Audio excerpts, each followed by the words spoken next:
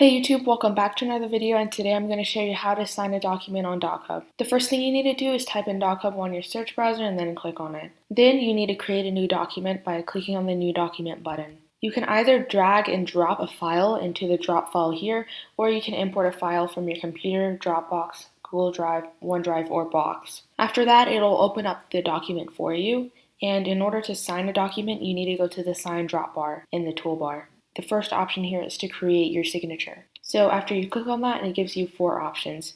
You can either create a signature using this QR code, you can draw your signature freehand, you can upload an image of your signature, or you can type it, which I've done here because it's one of the more simple options. So what I'm going to do is I'm going to just select one of these fonts, and then you can click on save. After that, there will be a pop-up showing that your signature has been saved, and all you have to do is go back to the sign drop bar and then click on your new signature. After that, you can drag your signature anywhere you like on your screen. Then after that, you just click. After you click on the signature a second time, then you can resize it by using these boxes to drag.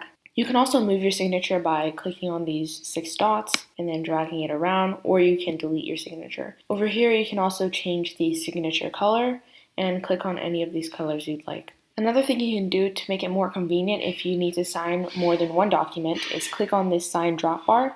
If the video has been helpful so far, make sure to click on the subscribe button. This really helps support my channel. Now let's get back into the video.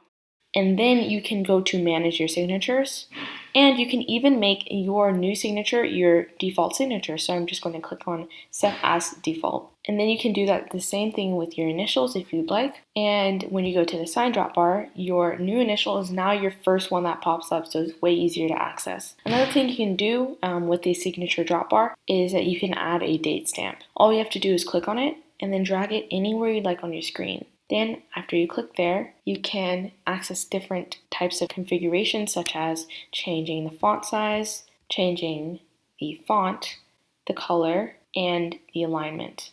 You can also, if you'd like, change the formatting with bold or Italica. If this was helpful, please make sure to subscribe to my channel and like this video if it helped you out.